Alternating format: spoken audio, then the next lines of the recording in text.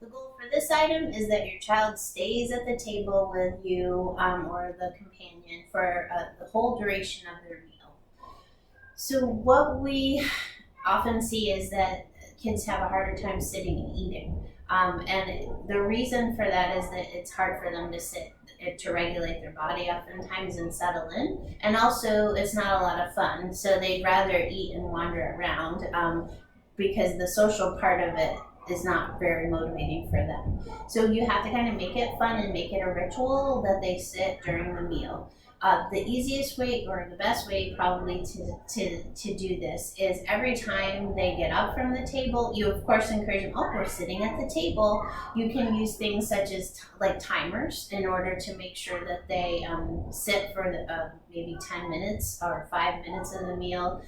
You may need to give them a break because if they're really wiggly, sitting is super hard. So anytime they step away from the table, they cannot take food with them, and the food gets taken off of the table when they start wandering around. So that cuts the grazing off.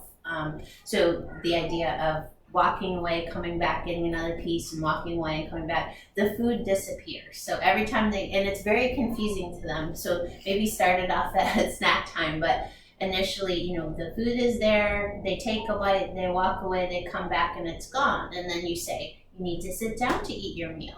And so then they sit back down, you get the plate, put the plate on, they take a bite, they get back up, the plate goes away again. So it's kind of a silly game initially, but just matter of fact, oh, you have to sit down in order to eat.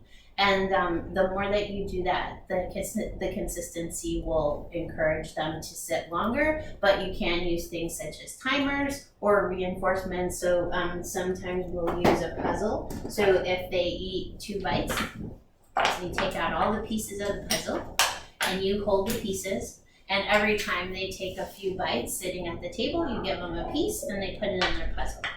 And so they take a few more bites sitting down, you give them a piece and put it on the puzzle.